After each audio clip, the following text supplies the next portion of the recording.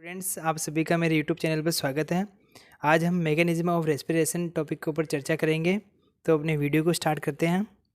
Mechanism of respiration, ये जो topic है ये अपने बीएससी के अंदर फिजियोलॉजी का टॉपिक है और बहुत इंपॉर्टेंट टॉपिक है ये अपने एग्ज़ाम के अंदर पूछता ही है। The mechanism of respiration is conclude conduct bye 3 condition. First one है इंस्पिरेशन, सेकंड है एक्सपिरेशन एंड थर्ड है पॉज। यानी कि जो अपने मैकेनिज्म ऑफ रेस्पिरेशन है उसको अपन पल्मोनरी वेंटिलेशन भी बोलते हैं। और ये जो मैकेनिज्म है इसके द्वारा अपन जो भी श्वास है उसको अंदर लेते हैं एंड जो अपने एक्सपिरेशन है उसके अंदर अपन श्वास है उसको बाहर निकालते हैं। एंड जो पॉज है उसमें एक पॉज जो होता है वो एक गैप होता है जो कि अपने इंस्पिरेशन और एक्सपिरेशन की जो प्रोसेस है उसके ख़त्म होने के बाद वापस जो ये प्रोसेस स्टार्ट होती है उसके बीच में एक छोटा सा गैप होता है जिसे अपन पॉज बोलते हैं। फर्स्ट वन है इंस्पिरेशन।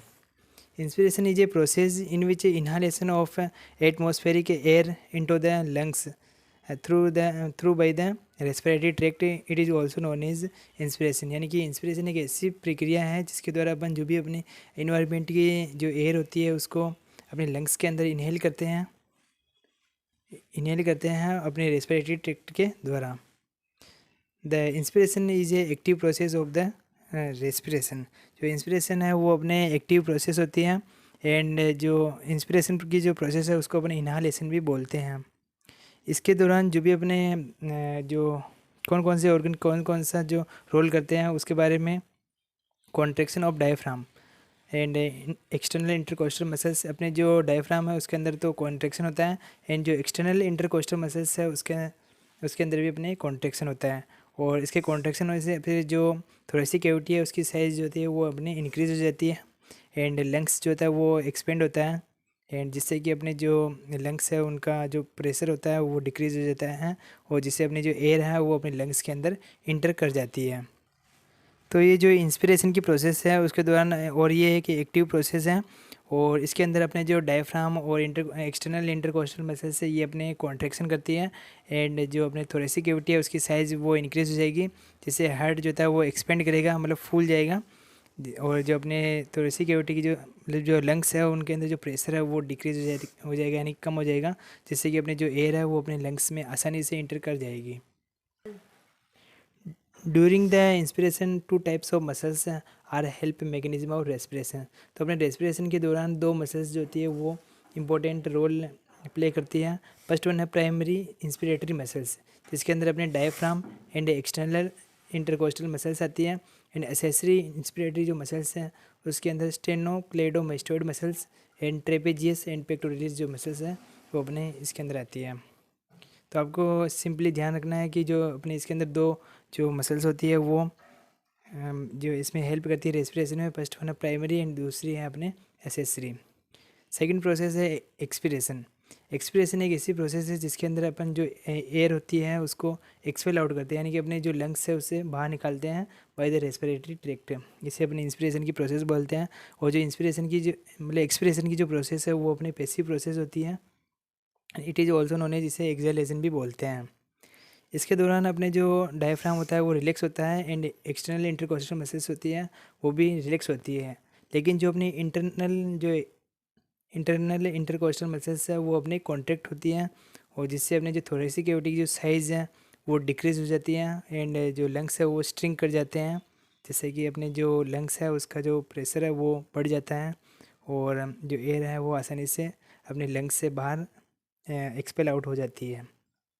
तो ये अपने सेकंड प्रोसेस है एक्सपिरेशन। इसके अंदर ये एक पैसिव प्रोसेस है और इसमें अपने जो डायफ्राम और एक्सटर्नल इंटरकोस्टल मसल्स तो रिलैक्स हो जाएगी लेकिन अपने इंटरनल इंटरकोस्टल मसल्स है वो अपने कॉन्ट्रैक्ट होगी और थोरेसिक कैविटी जो साइज़ है वो अपने डिक्रीज़ हो जाएगी एंड जिससे अपने लंग्स है वो स्ट्रिंग हो जाएगा एंड लंग्स जो होता है उसका जो प्रेशर है वो बढ़ जाएगा जिससे कि अपने जो एयर है वो लंग्स से आसानी से एक्सपेल आउट हो जाएगी। ऐसे से अब एंड थर्ड प्रोसेस है वो है अपने pause. Sorry, during the expiration, 2 types of muscles are help in mechanism of respiration. First one है primary expiratory muscles and second है accessory expiratory muscles. First one primary expiratory जो muscles है उसमें diaphragm and internal intercostal muscles and accessory के अंदर sternocleidomastoid muscles and trapezius and pectoralis muscles of abdomen. Third one process है pause. After the complete of inspiration and expiration process a gap is present for next breathing is also called pause. यानी कि अपने जो inspiratory और जो inspiration and expiration की जो process complete हो जाती है, यानी कि वन ब्रीथ कंप्लीट हो जाती है, तो सेकंड ब्रीथ स्टार्ट होने से पहले एक छोटा सा गैप आ जाता है जिसे अपन पॉज बोलते हैं। तो अपने जो रेस्पिरेशन की जो ये मैकेनिज्म है यहाँ ख़त्म होती है। एंड उसके बाद अपने इसमें थोड़ा इंट्रो है जिसमें रेस्पिरेशन एक ऐसी प्रोसेस है जिसके अंदर अपने गैसों का एक्सचेंज होता है, जिसमें अपन ऑक्सीजन को इनहेल करते हैं एंड कार्बन डाइऑक्साइड को एक्सपेल करते हैं। और ये दो प्रकार की होती है, external respiration and internal respiration. External जो रेस्पिरेशन है उसके दौरान अपन जो it is a process in which exchange of gases between the lungs and blood. And internal जो रेस्पिरेशन है उसके दौरान एक exchange of gases between the blood and tissue, it is also called internal respiration. अब है volume and capacity of lungs. ये अपने mechanism of जो रेस्पिरेशन है उसके अंदर ये इंक्लूड है। तो फर्स्ट वन है tidal volume. Tidal volume is also known as TV, यानी कि इसको अपन टीवी भी बोलते हैं शॉर्ट के अंदर। Tidal volume is the volume of air inhale और exhale during the normal respiration. यानी कि नॉर्मल जो रेस्पिरेशन है उसके दौरान जो भी अपने एयर को इनहेल करते हैं एंड एक्सहेल करते हैं उसे अपन टाइडल वॉल्यूम बोलते हैं। और टाइडल वॉल्यूम की जो वैल्यू है अबाउट 500 ml होती है। Wall inspiratory are do not reach the lungs. जो अपनी जो पूरी जो अपन श्वास जिसको अंदर लेते हैं तो वो पूरी अपने लंग्स के पास नहीं पहुंच पाती है। कुछ जो एयर है वो अपनी रिमेन ले जाती है जिसे अपन एनाटॉमिकल डेड स्पेस भी बोलते हैं। यानी कि the portion of air in which the air remaining into the respiratory tract, it is also known as anatomical dead space, ADS। The air is present in anatomical dead space is about 150 ml। Second है inspiratory reserve volume, it is also known as IRV, इसे IRV बोलते हैं। The inspiratory reserve volume is extra volume of the air that can be forcefully inhale after the normal respiration, it is also called IRV, यानी inspiratory reserve volume. और इसकी जो volume है वो अपने 3300 ml होती है। एक एक्सपिरेटरी रिजर्व वॉल्यूम यानी कि ERV, इसे अपन ERV बोलते हैं। एक्सपिरेटरी रिजर्व वॉल्यूम जो होती है वो extra volume of air that can be forcefully exhaled from the lungs after the normal expiration। जो एक्सपिरेटरी रिजर्व वॉल्यूम है उसकी जो वॉल्यूम है वैल्यू है वो अपने 1000 होती है, 1000 ml होती है। अब residual volume, it is also known as RV, जिसे हम RV बोलते हैं। और residual volume is the volume of air remaining into the lungs after the forcefully expiration, यानी एक्सपिरेशन के दौरान जो भी लंग्स के अंदर जो भी अपने रिमेन रह जाती है एयर उसको अपन बोलते हैं रेजिडुअल वॉल्यूम। और इसकी जो वैल्यू है वो अपने 1200 ml है।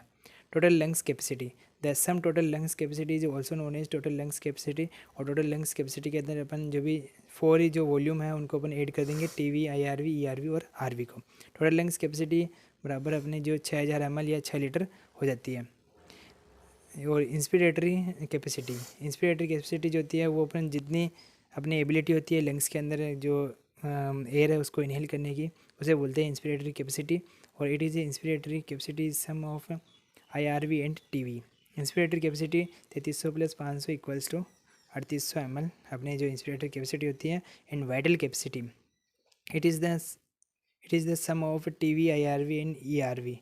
इसमें अपन जो TV, IRV एंड ERV जो है उसको जोड़ते हैं तो अपने 4800 ml जो होती है वो वाइटल कैपेसिटी आ जाती है। तो ये जो है अपने जो मैकेनिज्म ऑफ फिजियोलॉजी यहाँ पर कंप्लीट होती है। और ये बहुत इंपॉर्टेंट पॉइंट है जो कि अपने एग्जाम के अंदर 10 नंबर के अंदर क्वेश्चन इस पर आता है और इस बार भी इसका क्वेश्चन आया हुआ था। थैंक यू, धन्यवाद। एंड वीडियो अच्छा लगा हो तो लाइक एंड सब्सक्राइब करें। और यहाँ अपना जो रेस्पिरेशन वाला जो चैप्टर है वो द एंड होता है। Thank you.